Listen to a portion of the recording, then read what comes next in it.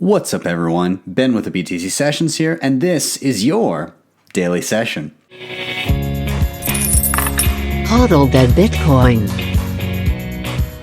Before we jump in, a couple quick things. Of course, shout out to sponsors of the show, Ledn.io. This is where you can use your Bitcoin for a couple of different services, one of which is a Bitcoin savings account where you can earn interest on your Bitcoin paid in Bitcoin, and the second of which is as collateral for a Canadian or US dollar loan. If you want to check out either of those services, there's a link down below, and if you opt to get a loan, they'll actually credit your account with an additional $50 worth of Bitcoin. And secondly, of course, if you're into Bitcoin, then privacy is important. And one of the things that I use a lot on my phone and on my computer is NordVPN. It helps hide your IP address, it encrypts your browsing data, and it has the added benefit of being able to unlock geo-blocked content. So if you want to check that out, there's a link down below, and it's actually a pretty killer deal. It is only $3 a month with that link. And with that, let's dive into the news. So there's been some price action with Bitcoin as of late that hasn't as much been reciprocated with altcoins. And because of that, Bitcoin's dominance, and we've talked a bit about the dominance indicator and how it's not great, but the fact that it's going up, as is mentioned in this article, in the face of the fact that it's a terrible indicator, is even more bullish. So what do I mean there? Well, we touched on an article the other day where CoinMarketCap itself, the website, which is this bad boy here, the way that they track the listings of cryptocurrencies is not really ideal. Basically, all they do is they say they take the number of outstanding coins, multiply by the current price, and that gets you your market cap. And of course, right now it's in BTC, but I should have that in USD. So you get a total market cap. Supply times price equals market cap. The problem with that is it can be gamed, and with low liquidity, if you have a coin that only manages to sell a few on some obscure exchange and they have a lot of issued tokens, even if they're held by the founder of the coin, it can inflate the size of their token and bump them up the list very easily. So we recently saw an article that more or less took liquidity into account, and with that we saw that Bitcoin's dominance is actually above 90% in pretty much every case. Now, the interesting thing here is that even with CoinMarketCap's bad way of figuring out these metrics, Bitcoin is still well over 70% of the entire market just based on market cap. And when market cap can be skewed so easily by malicious coin creators that wish to bump themselves up the list and therefore go on shady exchanges and list themselves, that's even more impressive. Now, CoinMarketCap has said that they will be reevaluating how they actually list these coins, and that is actually going to drop, I believe, pretty soon. They came out and said that it will shuffle a few things around when you take that into account. But yeah, even in the face of that, again, 70.5% of the entire market, and Ethereum, XRP, all of these are single digit dominance versus 70+% is pretty eye opening. Now, beyond that, in regards to price, again, we are back up over 10,000, pretty decidedly so. So right now we are sitting at around, and I'll just refresh this here because this was a little bit earlier. Yeah, so we're about 10,680 at the time of recording this. We've been up in the 10.7s, and that just kind of happened recently in the past couple of days here.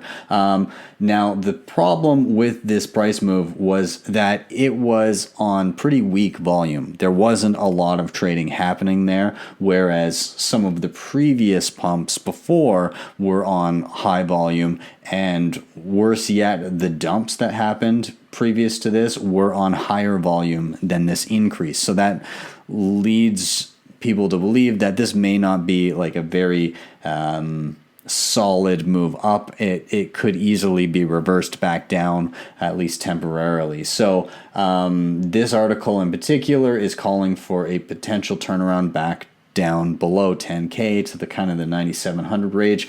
To make that point moot, you would need to move up almost to about $11,000 on high volume to kind of basically to disprove that theory, and that would open up the doors to 12K. Realistically, to kind of fully reverse and go back into the bull kind of run that we were looking at, we would need to be decisively over 12K by the end of the week in order to achieve that.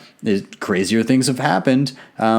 If I had to guess, I would assume that it would continue to be pretty much some sideways chop for the next little while. It seems like we're just kind of settling into this range, but it doesn't seem like there's a lot of sellers once you get down to that 9K range. People have kind of held up that level for quite a while, so hopefully it does continue to hold up. But yeah, time will tell. Let's move on. And this is one of those, again, kind of FUD stories, not FUD stories, but it's some FUD that the whole argument that, Bitcoin's only used for illicit purposes, or if Bitcoin didn't exist, these illicit things wouldn't exist or wouldn't be able to function. This was in front of the U.S. Senate subcommittee today, and he is David Murray. He's the vice president for product development and services at Financial Integrity Network. And he was basically recommending that Congress create a new class of regulated financial institutions known as virtual asset transaction validators, which would essentially be miners, people who mine Bitcoin and other cryptocurrencies. And his reason for that is he was saying that it makes human trafficking easier if we have currency that anybody can use. Now, there's a number of things that I have issue with here. Number one, human trafficking, it already existed before Bitcoin existed. It proliferated quite well without digital currency existing. And how did people do it? Well, it mostly through the US dollar and cash. So, one. Number two, with these regulations, if they were available or if they were brought to fruition within the United States, what would that do?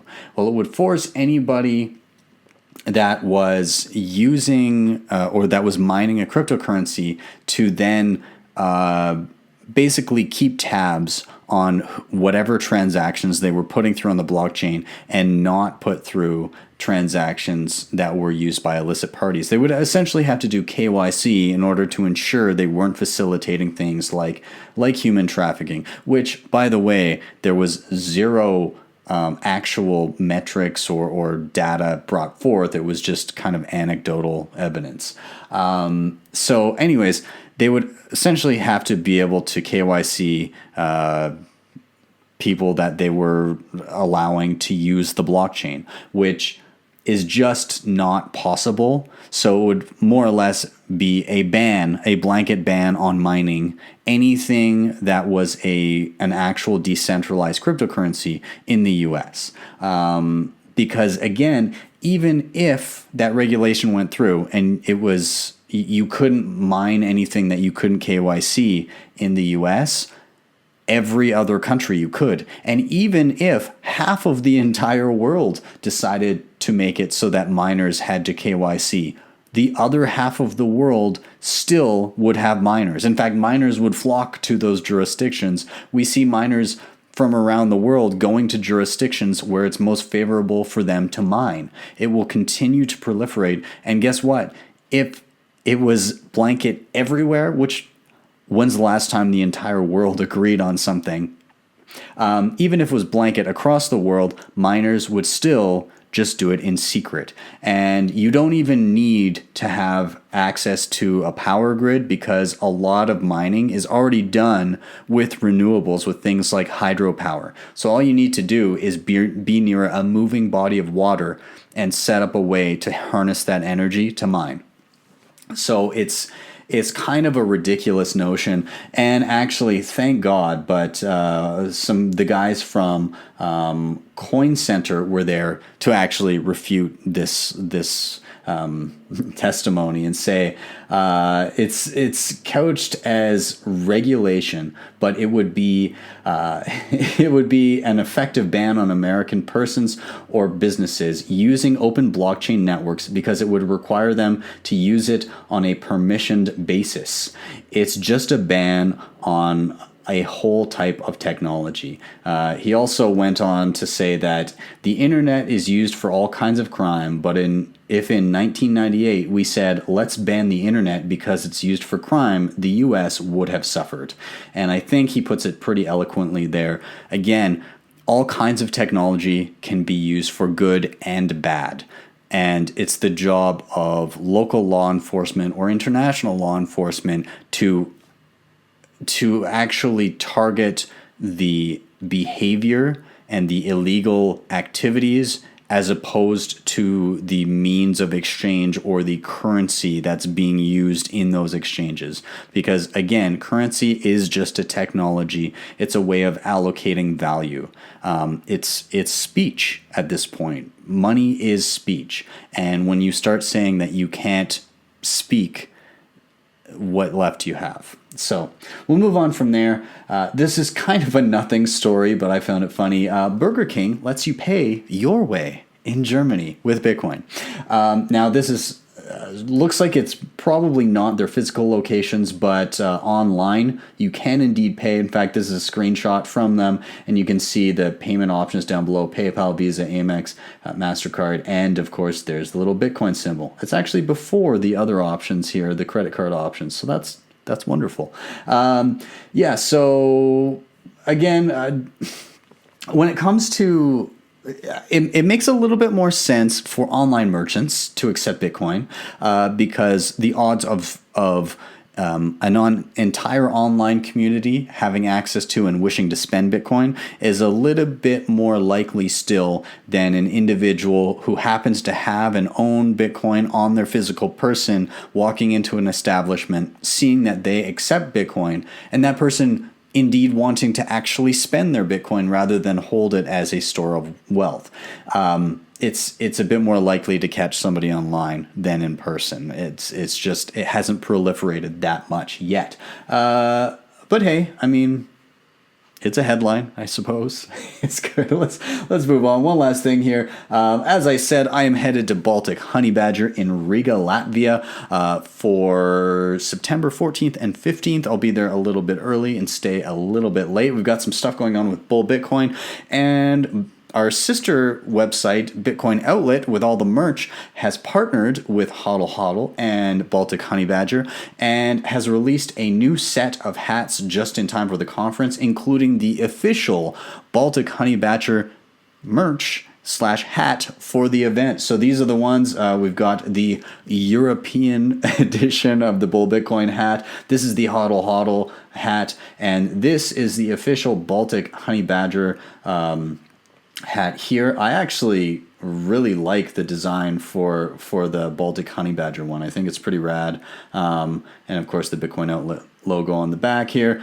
But I'm super stoked to get my hands on these. If you are going to Baltic Honey Badger and you'd like to order these, head over to the website and you can specify if you're going to the conference that when you choose your shipping option, say pick up at Baltic Honey Badger. So it gives you that option there. And beyond that, this released a while ago, but there's a new sticker pack available. I particularly like the Lose Your Wallet sticker, and it's just a picture of a dude in a boat. Anyways, yeah, and feel free to check that out. I'm going to wrap it up here, guys. Thank you very much for watching. I hope you had a great long weekend. If you're new here, hit like, subscribe, and share. Always hit share. I love getting the new eyeballs, and thank you to those of you that have been sharing. I have noticed a little uptick lately. If you want to support the show in another way, of course, you can hit up either of the sponsors, Ledn and Nord. Those are linked down below with the deals. And if you really like what you saw, you can always drop me a tip at my tippin.me page. And thank you to everybody that's been doing that. I've seen a few sats filter through here and there. And with that, I am out. Have a wonderful evening, and I will see you tomorrow for your daily session.